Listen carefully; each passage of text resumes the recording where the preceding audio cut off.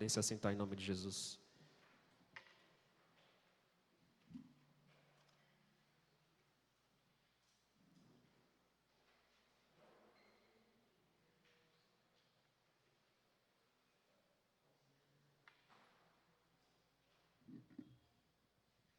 Boa noite mais uma vez, igreja, que a paz do Senhor Jesus seja sobre todos vocês, amém? Queridos, abram comigo a sua Bíblia no livro de Hebreus. Hoje é um culto de Santa Ceia, mas nós vamos iniciar o capítulo 7 de Hebreus. Hebreus 7, de 1 a 10.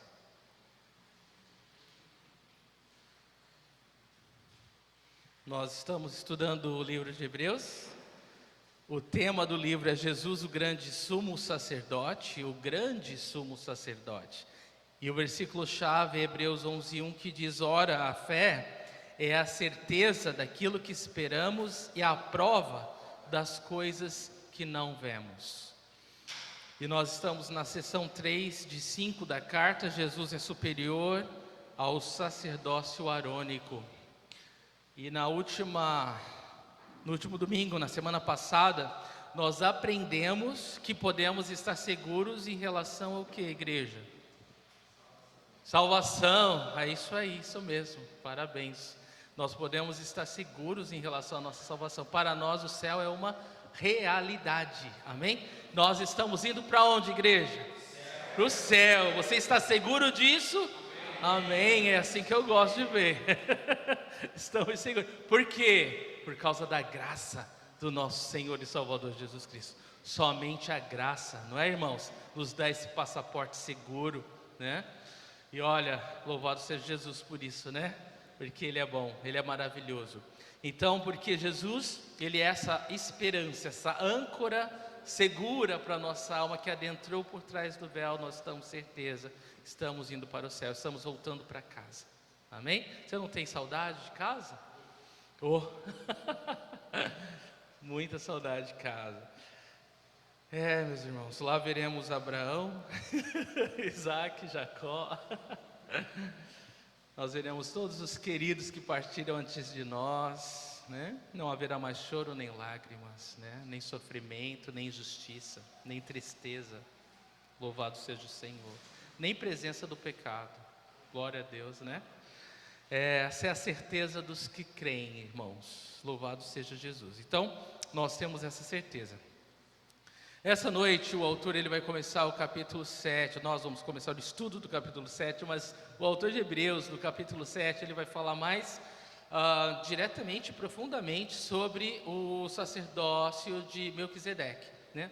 Vai explicar para a gente o que significa o fato de Jesus, né, ser dessa ordem sacerdotal, né? Ter uma ordem diferente da ordem de Levi, por exemplo, né?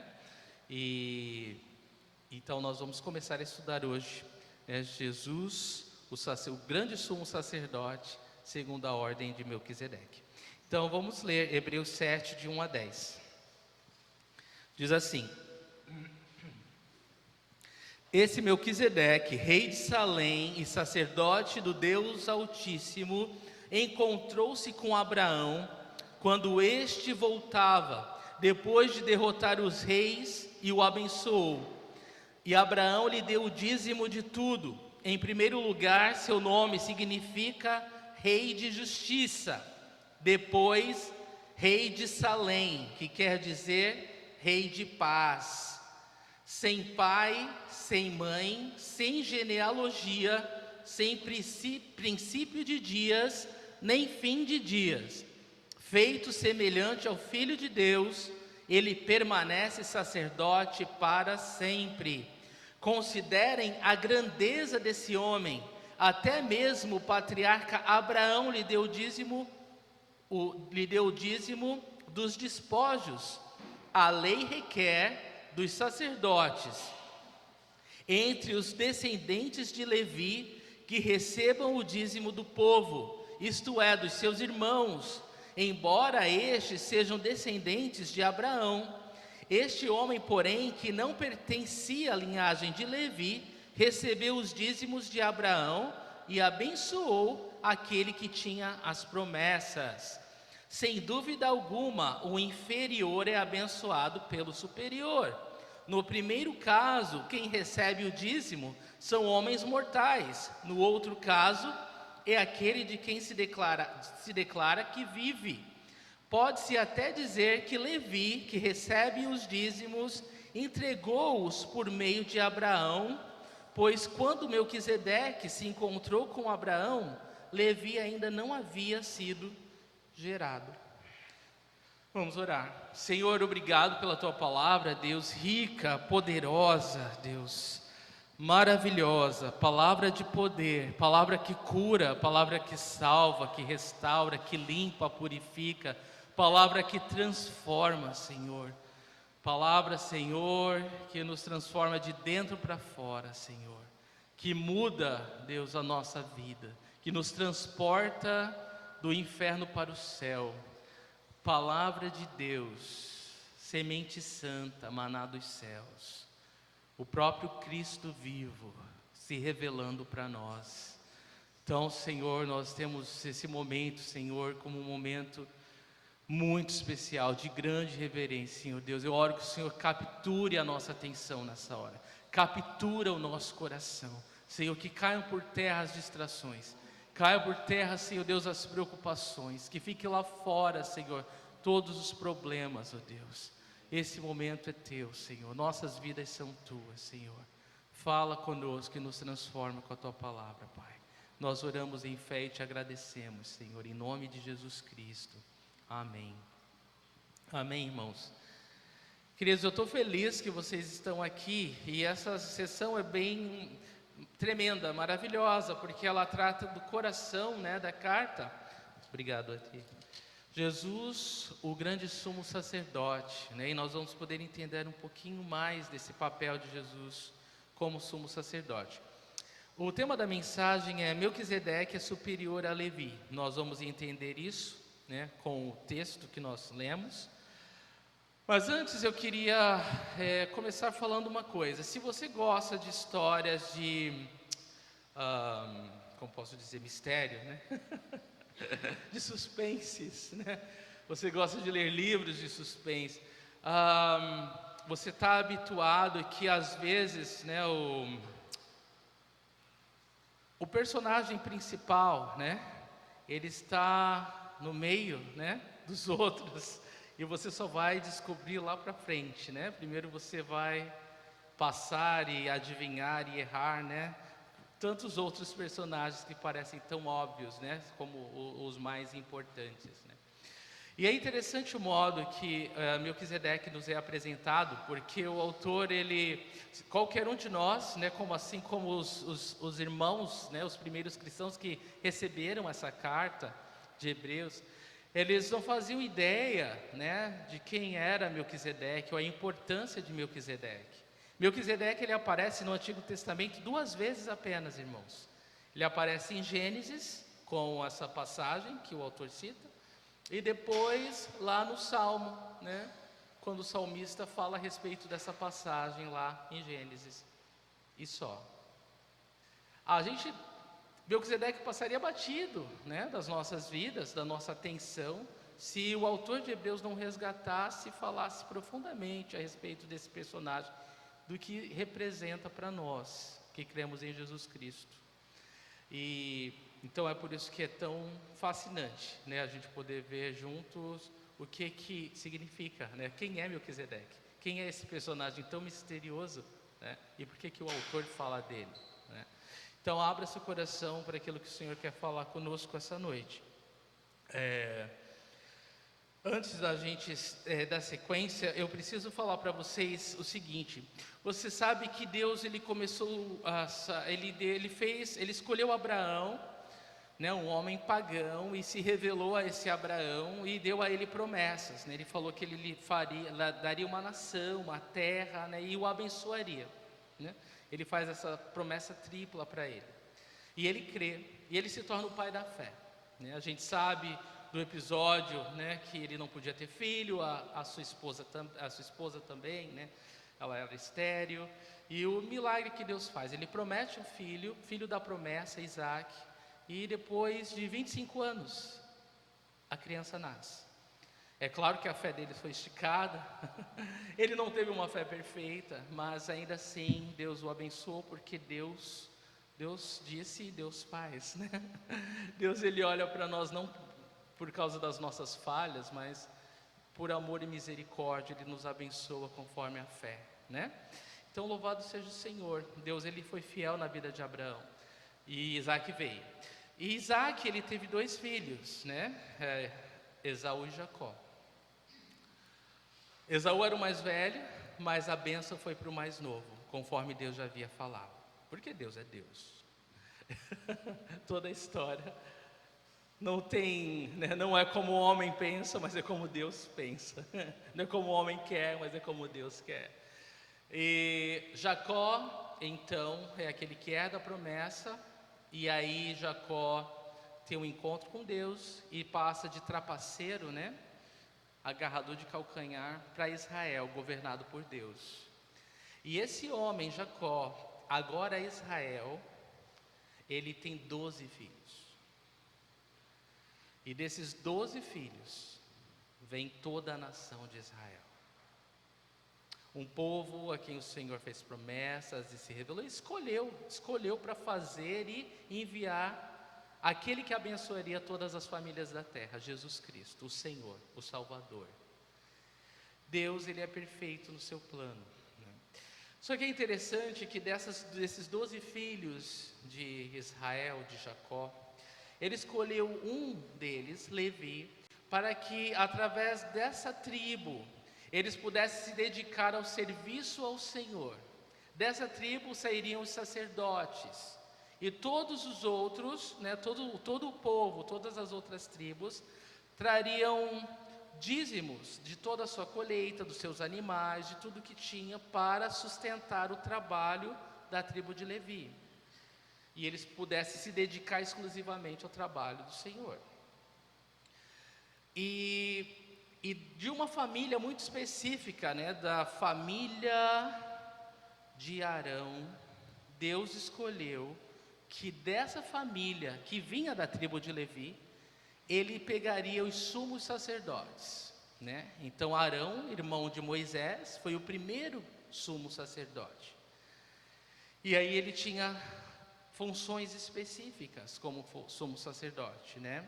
Principalmente fazer esse sacrifício em prol de todo o povo uma vez por ano, sacrificando o animal e aspergindo no lugar santo, né? No Santo dos Santos, onde só o sumo sacerdote poderia entrar essa única vez no ano para esse sacrifício, que representava o perdão de Deus para todo o povo. Então era muito importante a função do sumo sacerdote, né?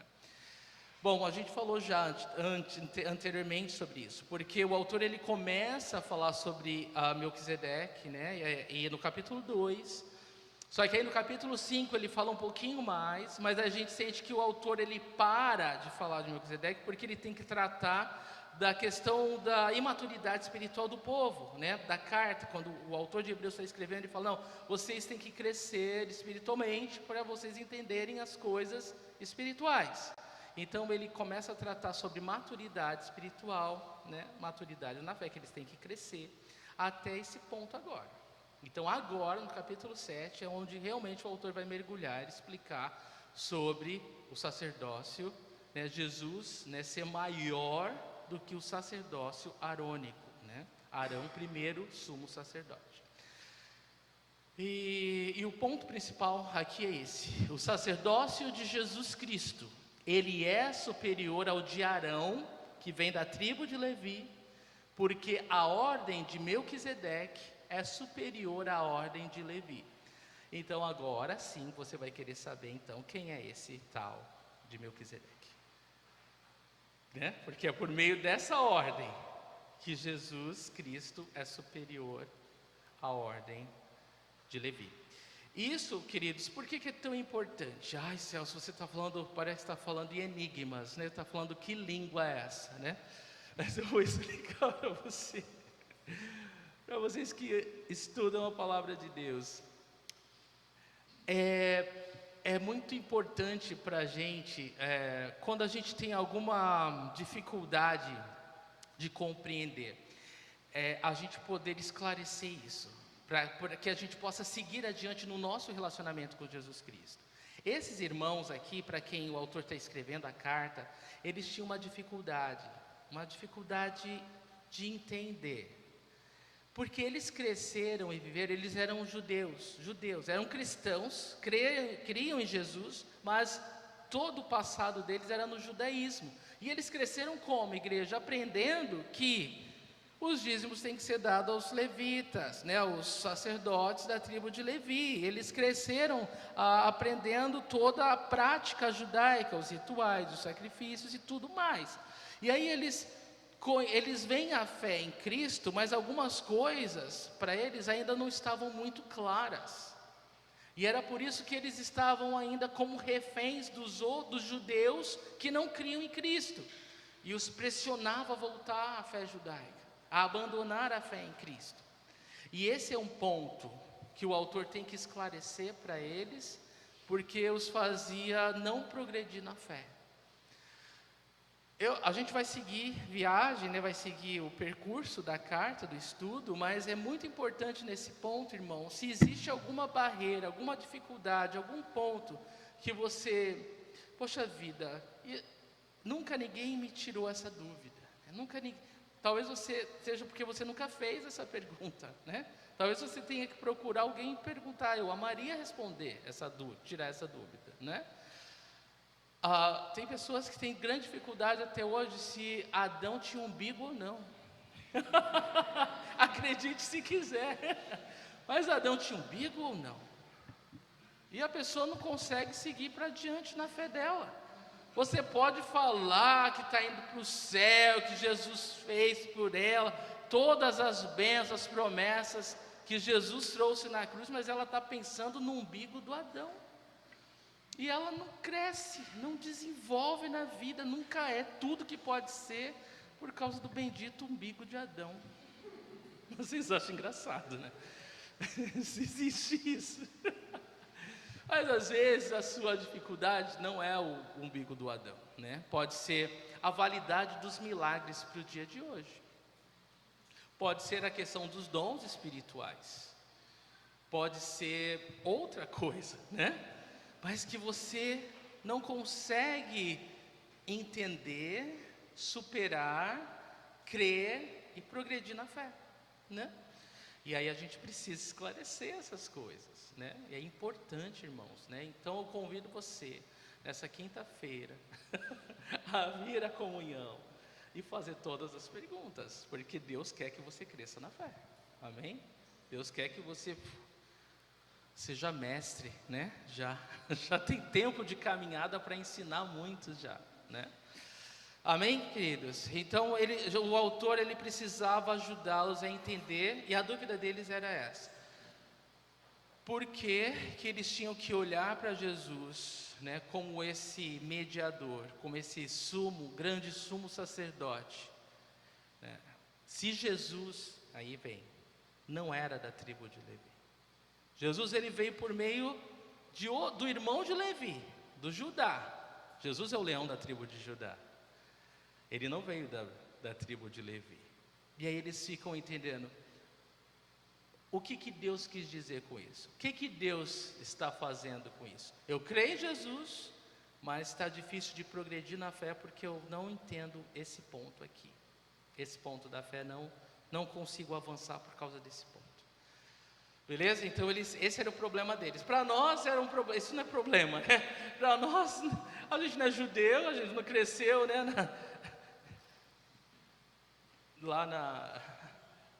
Onde que a gente cresceu? No judaísmo, a gente não cresceu lá na sinagoga, então a gente um pouco se importa, né? Mas para eles isso tudo era muito real. Sabe por quê? Porque os sacrifícios no templo ainda estavam acontecendo. Os sacerdotes levitas continuavam trabalhando no templo. O templo estava em operação nessa época. Então, para eles se desvencilhar daquela realidade que eles estavam habituados para uma nova, né, um novo modo de vida, era muito difícil, né? Então o autor vai ajudá-los a compreender e a avançar na fé agora. tá bom? Então, só para você entender. Vamos lá. A gente vai ler os próximos passos. Hebreus 7, vamos ver a superioridade da ordem de Jesus como sumo sacerdote. Hebreus 8, a superioridade do seu sacerdócio em sua aliança. Hebreus 9, o sacerdócio de Cristo é superior em seu santuário. Foi eu?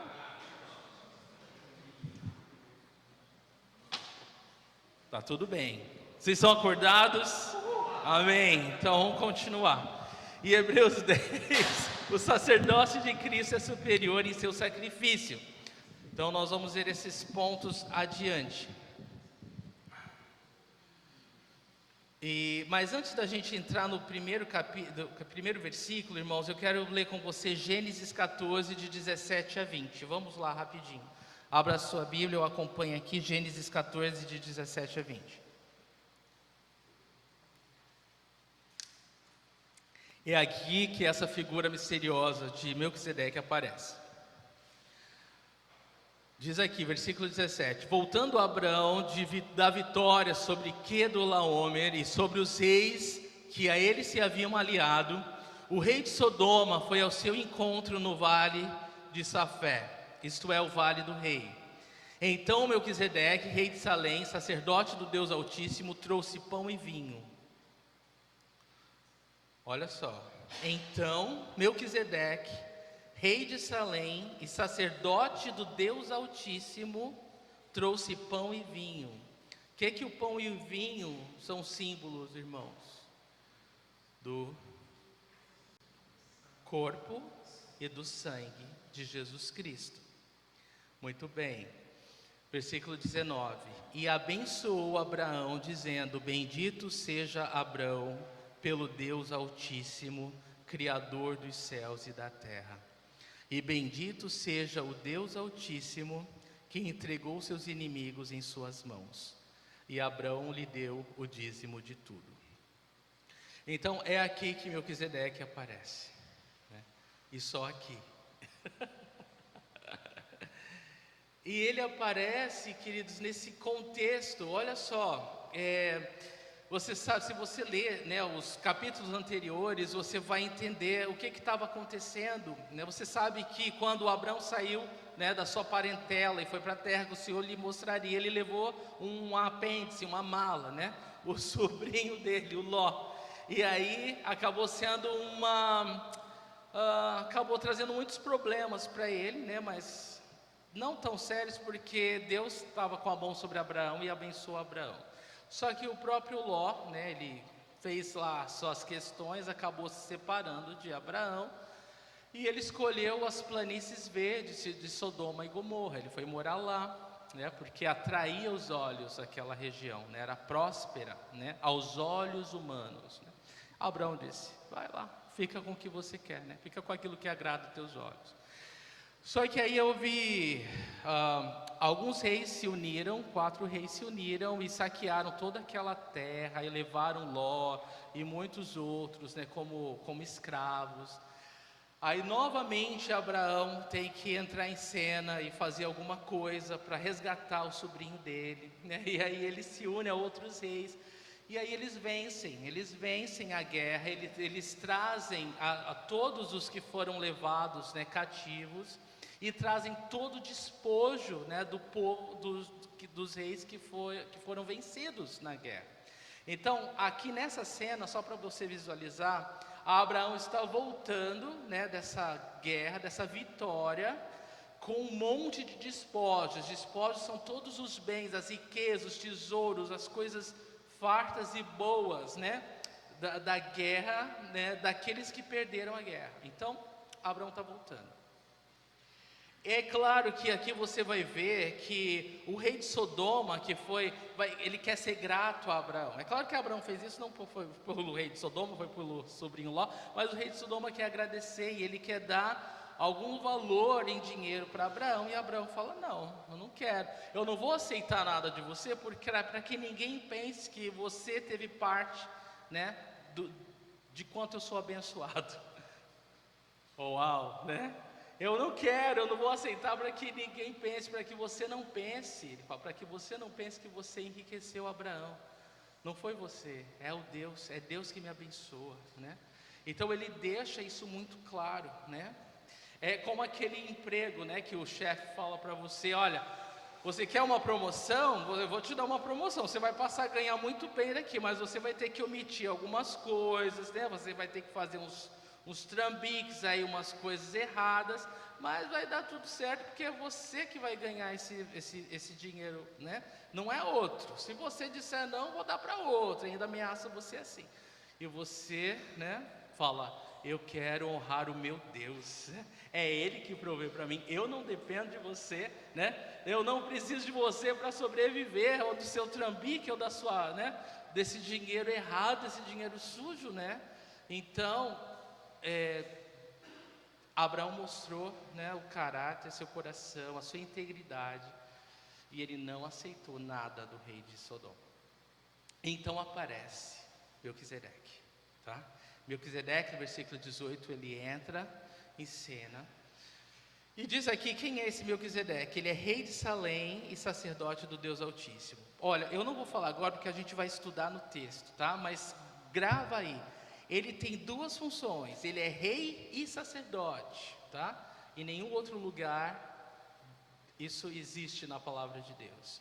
Deus manteve as duas coisas muito distintas. O rei cuidava de uma coisa, os sacerdotes cuidavam de outra coisa. Deus nunca permitiu que misturasse uma coisa com a outra, né? Tipo política e religião, não. E aí, olha só,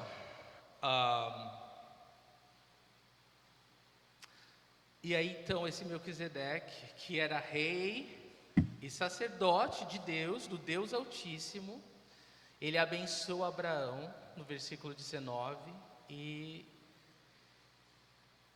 diz que bendito é ele, né, por Deus. Então ele toma esse lugar de sacerdote, né, de mediador, daquele que está fazendo o papel de quem representando o próprio Deus, né, e abençoa Abraão.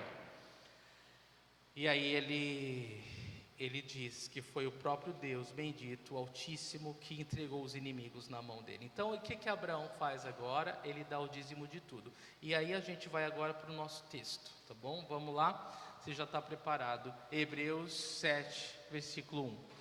Vamos lá, diz ali o versículo 1: esse Melquisedeque, rei de Salém e sacerdote do Deus Altíssimo, encontrou-se com Abraão quando este voltava depois de derrotar os reis e o abençoou.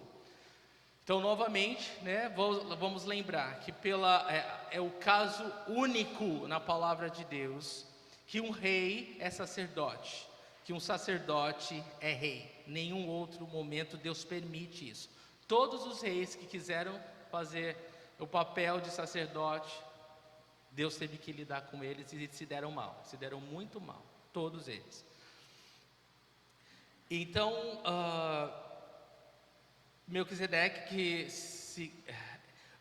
Melquisedeque, o que é Melquisedeque, irmãos? O nome Melquisedeque significa rei de justiça, né? Se você gosta de anotar, Melquisedeque significa rei de justiça. Quem é esse Melquisedeque? Hoje, a gente coloca nomes nos filhos sem se importar muito com o significado, não nessa época, tá? Na época bíblica, o nome dos filhos tinha que ter um significado. O significado do nome era muito importante, né? Tinha a ver com a situação, com a história, com o caráter, com alguma coisa, né, significativa e relevante, né?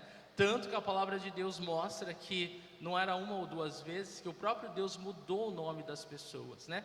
Assim como Jacó passou a ser Israel, né? Então o nome, ele tem muito a ver, né, com a história, o caráter, o plano de Deus na vida daquela pessoa.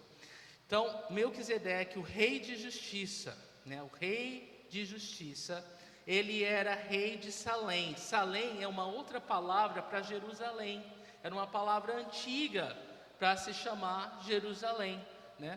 É como se você tivesse o Jeru e agora o Zalém, né? Então, é como se fosse a parte final do nome. Era assim que se chamava Jerusalém. Então, ele esse rei da justiça, ele era rei de Jerusalém, e essa palavra Salém também é uma palavra, é a mesma palavra Shalom, né? Shalom, que significa paz. Então, o rei da justiça é também o rei da paz. Então, olha que coisa incrível. Esse Melquisedeque, ele é o rei da justiça e também o rei da paz. Eu posso te perguntar, quem é o rei da justiça e o rei da paz? Jesus. Jesus, ele é o rei da justiça e o rei da paz. Eu posso perguntar para você se ele é o único rei da justiça e o único rei da paz? Sim ou não? Sim. Que bom, vocês não têm mínima dúvida disso, queridos. Todos aprovados. Jesus é o único rei da justiça. Jesus é o único rei da paz. Então, Melquisedeque, ele vai até Abraão. Ele se encontra com Abraão quando ele volta dessa situação toda, depois de derrotar os reis. E o que Melquisedeque faz? O que o versículo 1 fala que ele faz? Ele abençoa Abraão. Ele abençoa Abraão.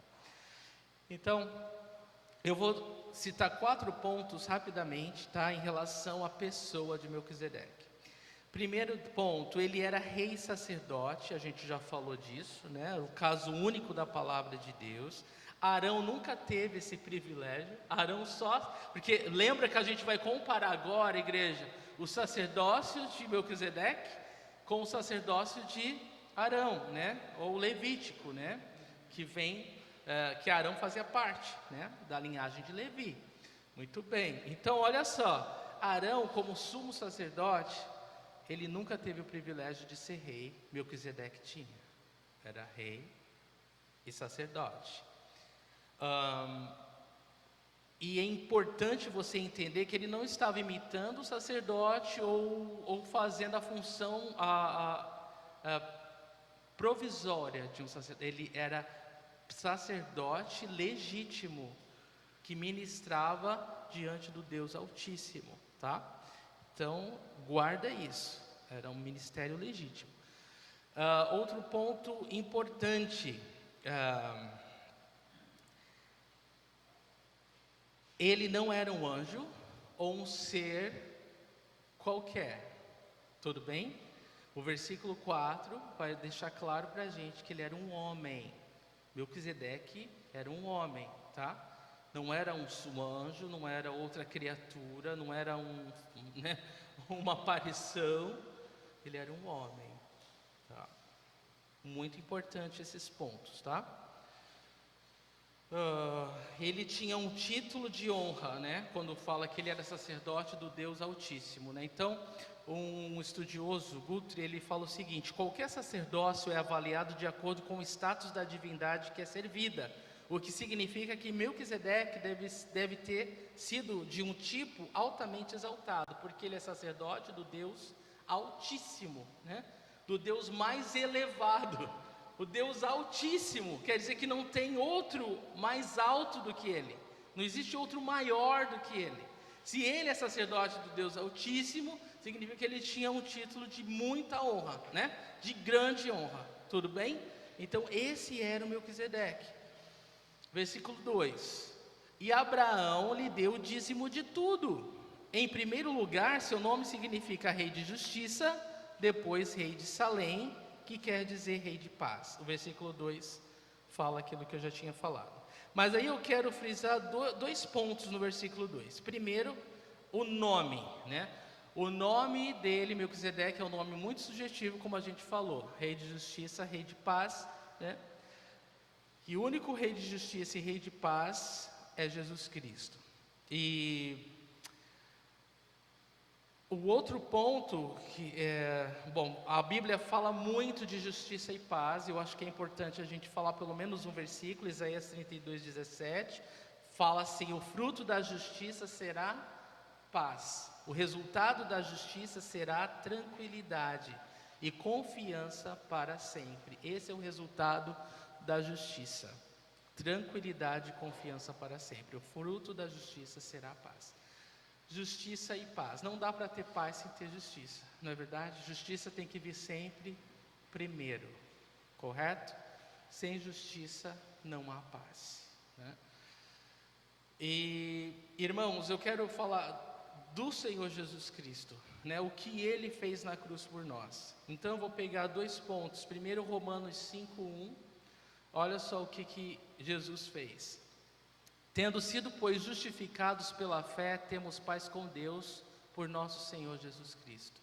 Porque Jesus nos justifica, justificar é nos tornar justos. Jesus, Ele nos declara justos, porque na cruz Ele tomou a nossa culpa e nos deu da sua justiça, não é? Houve uma troca na cruz. Pela fé, você recebe a justiça de Cristo e pela fé, você crê que Ele levou toda a sua culpa e foi punido por ela. Justiça foi feita. Seus pecados foram punidos em Jesus Cristo. Amém? Então, isso é muito importante. Então, nós que estávamos em guerra com Deus, agora por meio da fé em Jesus Cristo, nós não estamos mais em guerra, né? Nós agora estamos em paz com Deus, por causa do Rei da Justiça. Porque Jesus nos deu da sua justiça, nós podemos viver agora em paz. Amém? Isso é muito importante, irmão. Sem justiça não há paz. Por causa da justiça de Cristo na cruz, nós temos hoje paz com Deus. Nós não somos mais inimigos de Deus, né? Ou estamos debaixo da ira de Deus. Amém?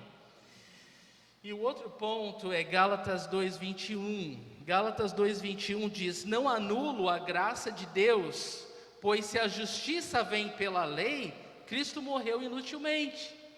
O apóstolo Paulo está falando aos Gálatas, que queriam voltar à prática da lei. Ele fala: vocês estão sendo nécios, né? Vocês estão fazendo o papel de loucos, porque se eu anulo a graça de Deus, se eu dependo da lei para ter justiça, Cristo morreu em vão. A lei, ela jamais pode gerar justiça para nós. O que a lei pode fazer? Nos acusar, nos condenar. Isso ela faz muito bem. Mas produzir justiça em nós, ela não consegue. Porque todos nós já tentamos, todos nós sabemos os 10 mandamentos. Adiantou saber? Isso fez você não errar? Isso fez você não pecar? Sim ou não? Não. Conhecer os 10 mandamentos não te fez melhor, mas te tornou ciente que você é pecador e incapaz de salvar a si mesmo. Tudo bem? Correto? Faz sentido isso? Então a lei, ela não tem o poder de produzir justiça em nós. A lei, ela só tem o poder de nos condenar. Não porque ela seja ruim, ela é boa, ela é justa, ela é santa. Nós é que somos pecadores e maus. Então a lei, ela não tem o poder de nos ajudar, né? Só de nos condenar.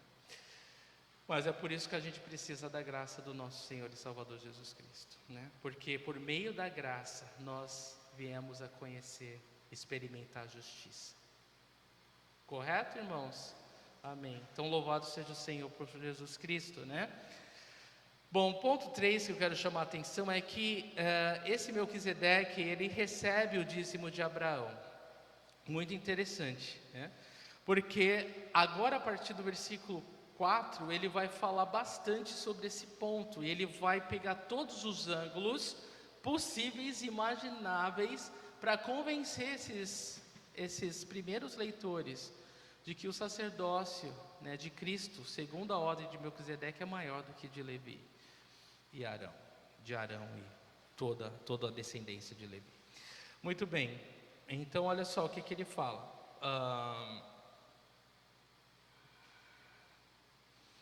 Bom, é importante lembrar, irmãos, que o dízimo foi instituído por Deus como lei por meio de Moisés, mas o dízimo não aparece na Bíblia a partir de Moisés, né? O dízimo não existe com a lei, porque antes da lei ser dada, nós lemos lá em Gênesis que Abraão deu o dízimo a Melquisedeque. Ou seja, quando você ouve alguém falar, não, dízimo é voltar à lei, é mentira, tem nada a ver isso, né? Dízimo é um princípio, né? Um princípio de honra a Deus, é reconhecer que tudo vem dele, né? E assim, em Jesus Cristo, posso ser bem sincero com você? No Antigo Testamento, o entendimento era: tudo que Deus te dá, você devolve 10%. No Novo Testamento, o entendimento correto é: de tudo que Deus te dá, tudo é dele. Tudo é dele. Tudo é dele. A tua vida é dele. Cada respirar. Nada que você tem sem vir primeiro de Deus. Correto? Então é tudo dele. É muito importante explicar isso, né? Porque às vezes a pessoa se agarra num ponto, né? E não cresce, né? Como a gente estava falando. Deus quer te abençoar tanto, mas você fica preso numa coisa, né? Pelo amor de Deus, ó, vamos crescer, né? Vamos crescer e deixa Deus te abençoar, em nome de Jesus. Muito bem, então eles tinham por lei que dar esse dízimo, e tinha que dar dízimo de várias coisas, e se por acaso eles morassem muito longe, eles tinham que dar em dinheiro, eles tinham que dar espécies, tinham que vender, e com aquele dinheiro então honrar, né, o mandamento de Deus lá para eles. Muito bem, versículo 3. Sem pai, sem mãe, sem genealogia, sem princípio de dias, nem fim de vida, feito semelhante ao Filho de Deus, ele permanece sacerdote para sempre. Olha só, falando mais desse homem Melquisedeque, não há registro do pai dele, da mãe dele, da genealogia dele, quando nasceu, quando morreu. Não tem fim de vida, não tem fim de vida. E ele é feito semelhante ao Filho de Deus. E esse feito semelhante, a gente vai falar um pouquinho mais sobre isso. E olha só o que diz aqui: ele permanece sacerdote por quanto tempo? Para sempre. Então Melquisedeque é essa pessoa sem pai, sem mãe, sem genealogia, sem início de vida, sem nascimento, né? Sem morte, que permanece sacerdote para sempre. Será que isso dá ideia para você, né? Do que significa isso? Bom, e é esse o quarto ponto, né? O histórico familiar dele é diferente, né? Arão não se enquadra nesses quesitos, né? Todo mundo sabe que Arão e todos os sumos sacerdotes nasceram, sabem qual era o pai e a mãe. Aliás, a genealogia era um ponto importantíssimo para ser sacerdote, porque se fosse comprovado que você não era da tribo de Levi, você não podia exercer a função de sacerdote, principalmente de sumo sacerdote. Então, com todos esses detalhes, o autor está ensinando para a gente a superioridade do sacerdócio de Melquisedeque em relação ao de Levi. E aí, ou de Arão, né? E aí ele vai explicar para a gente que Jesus Cristo, ele é sumo sacerdote, não segundo a ordem de Levi ou de Arão, mas segundo a ordem de Melquisedeque. E a ordem é aquele que segue após, né? A ordem de Jesus é segundo a ordem de Melquisedeque e não segundo a ordem de Arão. Qual dessas duas ordens é superior, com base em tudo que o autor está nos falando? A ordem de Melquisedeque. Tudo bem? É claro para você? Se é claro para você, deveria ser claro para esses irmãos também. Deveria. Então,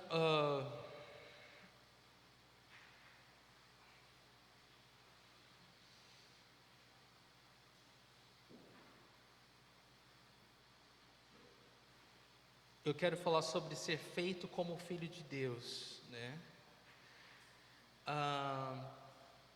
As duas teorias, as duas correntes. Na verdade, prestem atenção nisso, cada comentador, né?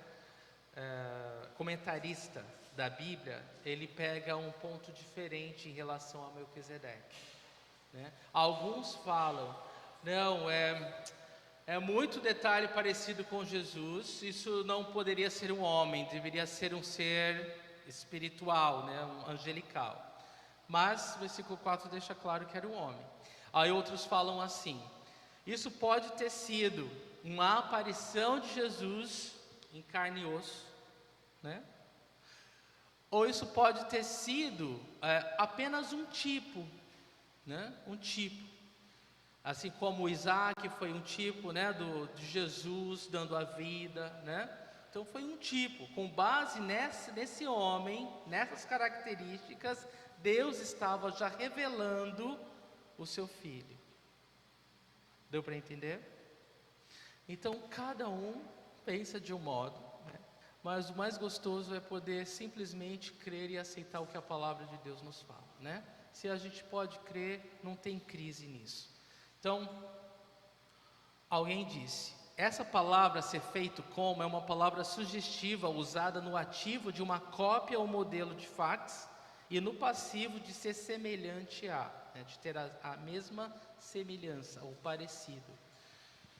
Outro comentarista fala assim: era como se o pai não pudesse esperar o dia da entrada sacerdotal do seu filho dentro do véu, mas precisasse antecipar as maravilhas do seu ministério, incorporando suas principais características em miniatura, né? Mostrar um pouquinho daquilo que o filho faria, né? Daquilo que o filho veio fazer. E o ponto é que Melquisedeque permanece sacerdote para sempre, assim como Jesus Cristo, ele é o nosso sumo sacerdote para sempre, né? E esse é o ponto principal, irmãos. Todo o sacerdócio, né, arônico passou, mas Jesus Cristo continua sacerdote para sempre. Amém. Então, esse é o ponto final, né? Agora o autor vai dar várias razões, né, para essa grandeza, pegando como ponto o dízimo, que era muito importante para eles, tá? Versículo 4: considerem a grandeza desse homem, até mesmo o patriarca Abraão lhe deu o dízimo dos despojos.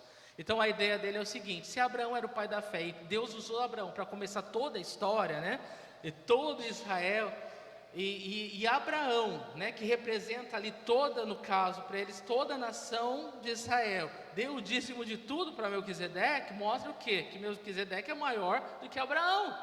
E junto, né, todos aqueles que vieram depois de Abraão, Isaac, Israel, Levi, todos, né?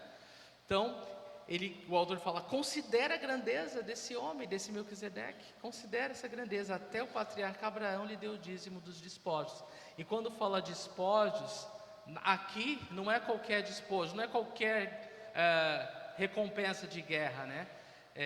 Despojo é o topo da pilha, né? Tipo, você tem tudo que você pode trazer, né, do inimigo de valor, e aí você tem o melhor, né? O creme de la creme, né? E é esse melhor, é esse topo da pilha dos despojos que Abraão dá. É essa palavra, ele dá do melhor que tem. Incrível, né? Isso mostra o quanto ele honrava esse homem, né? Esse rei, esse sacerdote, Melquisedeque. Então é um ponto importante que o autor faz. Considere a grandeza, porque Abraão dá do melhor, né? Dá do melhor que tem para ele. Versículo 5: a lei requer dos sacerdotes, dentre os descendentes de Levi, que recebam o dízimo do povo, isto é, dos seus irmãos, embora estes sejam descendentes de Abraão.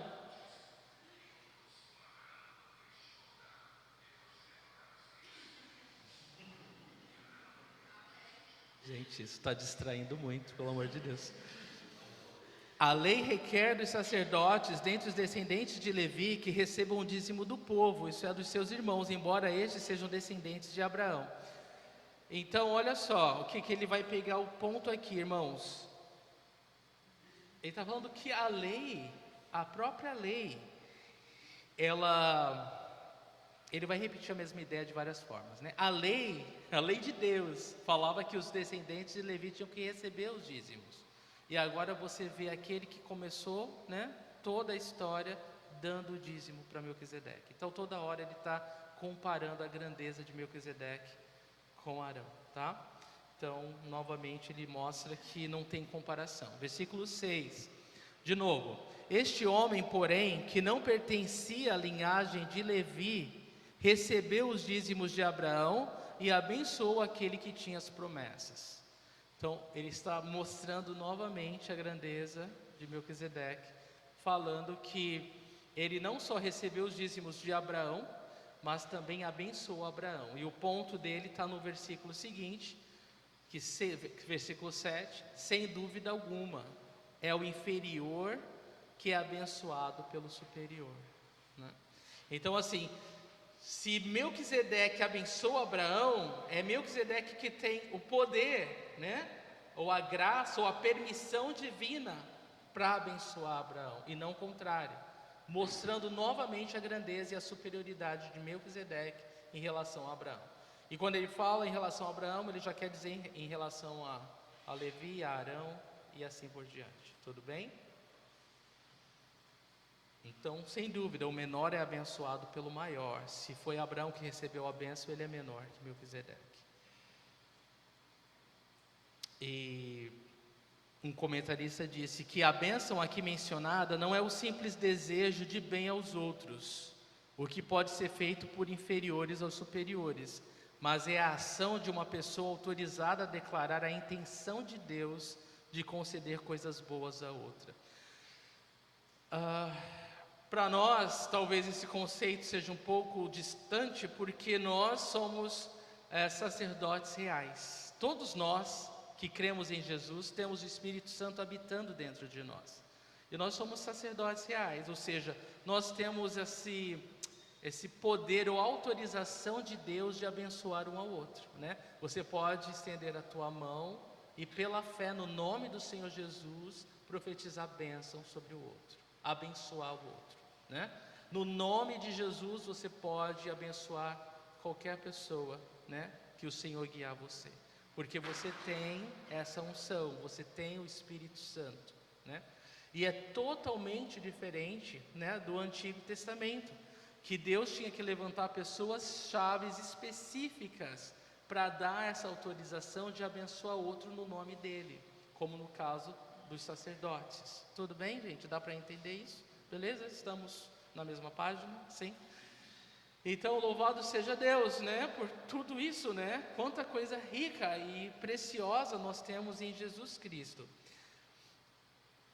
E nós podemos, então, abençoar, ser abençoadores. Mas é muito tremendo saber que nessa época em que Deus, Ele que escolhia quem abençoava no nome dEle, né? Ele que escolhia a quem Ele autorizaria a dar a bênção no nome dEle. Você vê aqui Melquisedeque fazendo esse papel, né, para Abraão, né, o servo de Deus, um escolhido de Deus. Muito bem.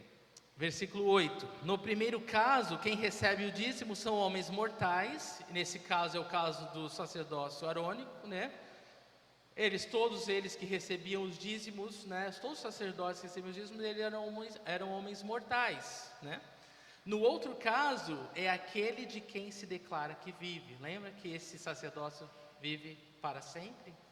Então, novamente, ele compara, né, um e o outro. Então, em todos os versículos, a ideia do autor é mostrar que não há comparação entre o sacerdócio de Melquisedeque, que é o mesmo sacerdócio de Cristo, né, como a gente está acompanhando e entendendo, com o sacerdócio da lei lá, né, de Levi, de Arão, que os irmãos estavam com tanta dificuldade de superar, de entender. Versículos 9 e 10. Pode-se até dizer que Levi, que recebe os dízimos, entregou-os por meio de Abraão, pois quando Melquisedeque se encontrou com Abraão, Levi ainda não havia sido gerado.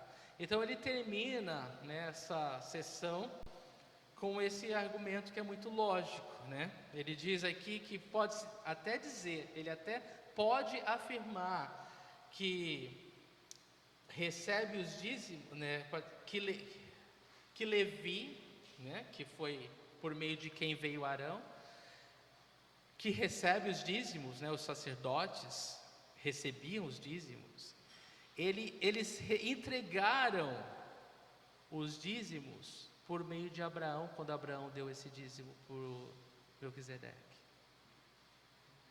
Pois quando Melquisedeque se encontrou com Abraão, Levi ainda não havia sido gerado, mas depois foi.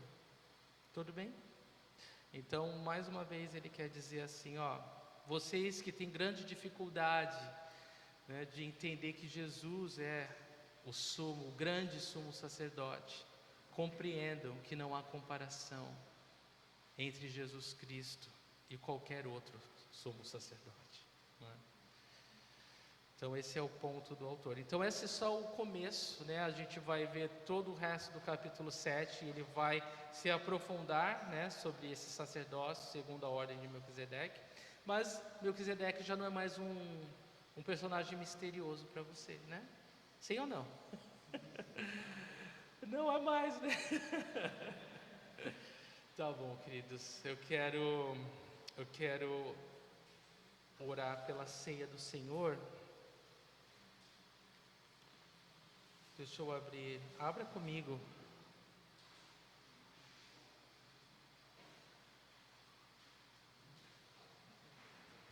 Primeira Coríntios 11.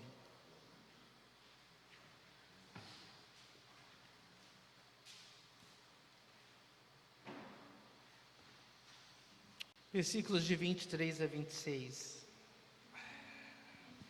Diz assim: Pois recebi do Senhor o que também entreguei a vocês, que o Senhor Jesus, na noite em que foi traído, tomou o pão e, tendo dado graças, partiu e disse: Isto é o meu corpo, que é dado em favor de vocês. Façam isto em memória de mim. Da mesma forma, depois da ceia, ele tomou o cálice e disse: Este cálice é a nova aliança no meu sangue. Façam isto sempre que o beberem em memória de mim. Porque sempre que comerem deste pão e beberem deste cálice, vocês anunciam a morte do Senhor até que Ele venha. Amém. Irmãos, esse momento ele é especial demais para nós. É um momento em que nós, como igreja, como corpo de Cristo, paramos tudo para refletir naquilo que nos traz esperança, na razão pela qual existimos, estamos aqui, cremos que estamos indo para o céu. Tudo isso só faz sentido para nós, irmãos, por causa do corpo do Senhor Jesus que foi partido no nosso lugar naquela cruz, e por causa do sangue do Senhor Jesus que foi derramado para o nosso favor naquela cruz. O sangue inocente, o sangue sem culpa, o sangue de um homem que nunca pecou, nunca se achou uma palavra feia na sua boca, nenhum sentimento mau no seu coração. Ele derramou do seu sangue puro e inocente para lavar de uma vez por todas os nossos pecados, para purificar a nossa vida, para tornar o nosso acesso ao céu real, possível, verdadeiro.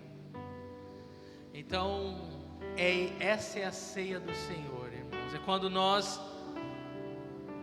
abrimos mão de qualquer outra coisa para poder refletir nessa verdade que nos traz vida hoje, né? que nos abençoa com acesso ao céu, ao acesso celestial eterno.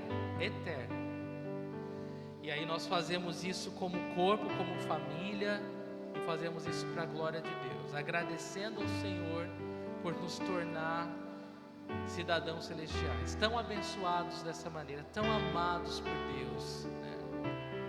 E eu quero que você saiba disso. Você que crê em Jesus, você foi escolhido por Deus, você foi amado por Deus, você foi separado por Deus, para a glória de Deus. A razão pela qual Jesus foi para a cruz, meu irmão, foi para a glória de Deus. Deus, Ele é glorificado quando nós cremos em Jesus Cristo. Deus é glorificado quando nós louvamos a Jesus Cristo. Deus é glorificado quando um pecador se arrepende. A festa nos céus, a Bíblia fala. Então hoje nós queremos nos alegrar com os céus, nós queremos festejar com os céus, por tudo que Jesus Cristo fez por nós naquela cruz, amém? Então, é claro que esse momento exige reflexão profunda, né, do seu relacionamento com Deus, da sua intimidade com Deus, da sua gratidão a Deus. Exige uma sinceridade nas áreas que você precisa de ajuda. Deus, me ajuda a realmente contar com a graça de Deus. Não tornar a graça de Deus vã, né? Mas realmente tomar posse dela, realmente crer nela. Amém? Então eu quero orar com você. Vamos ficar em pé. Nós vamos servir a ceia do Senhor. Então você vai receber no seu lugar e vai tomar quando você achar que deve. Nós vamos louvar ao Senhor com algumas canções e você vai tomar a ceia do Senhor. E se você nos visita por alguma razão e nunca teve essa experiência antes, o único requisito é que você creia que Jesus Cristo é o Filho de Deus, que Ele morreu naquela cruz para perdoar todos os seus pecados e que Ele ressuscitou ao terceiro dia, provando que é Deus, que os seus pecados foram de fato perdoados por Deus. Amém? Se você crê, você é bem-vindo para tomar a ceia do Senhor conosco. Vamos orar. Senhor Jesus, nós te louvamos, Senhor. Obrigado pela tua palavra, Senhor. Obrigado, Senhor, por tudo que tu és, Senhor. Tu és maravilhoso, Senhor. Tu és santo, tu és bom, tu és grande. Senhor, eu oro, Deus, que cada irmão e cada irmã essa noite possa falar do fundo do coração palavras, ó Deus, de amor a Ti, palavras de gratidão, palavras de adoração, palavras, ó Senhor, que independente de como nós nos sentimos, independente do que nós estamos passando, o Senhor é digno de adoração, digno de louvor, digno de gratidão, digno de ser exaltado como Deus, como Salvador que é. Bendito, santo, eterno, glorioso. Ó Deus, eu oro por isso, Deus. Nós somos abençoados por estarmos aqui, Senhor. Que privilégio te conhecer, Senhor. Que privilégio ser conhecido por Ti, Senhor.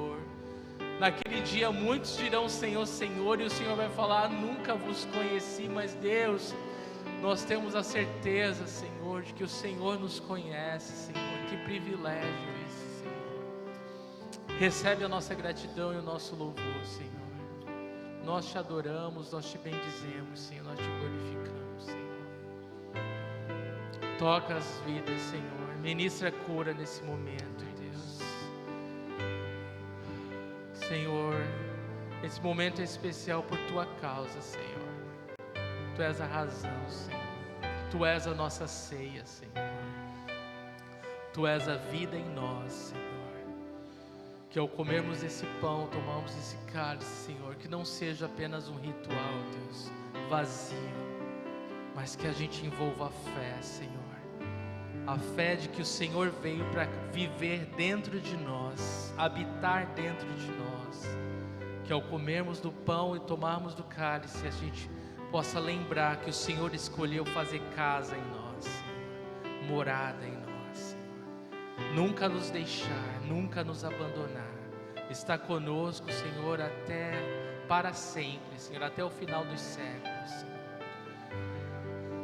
Oh Deus, obrigado, Jesus, obrigado, Deus. Nós consagramos esses elementos, Senhor, esse pão, esse cálice, Deus, consagramos a Ti, Senhor. Abençoa esse momento, abençoa cada vida, Deus. Possamos, ó Deus, ser revestidos, Senhor, do Teu poder, da Tua graça, mais uma vez, Senhor. Transbordados com o Espírito Santo, Senhor, de amor, de poder, ó Deus, de domínio próprio, Senhor. Em nome de Jesus, ó Deus. Amém.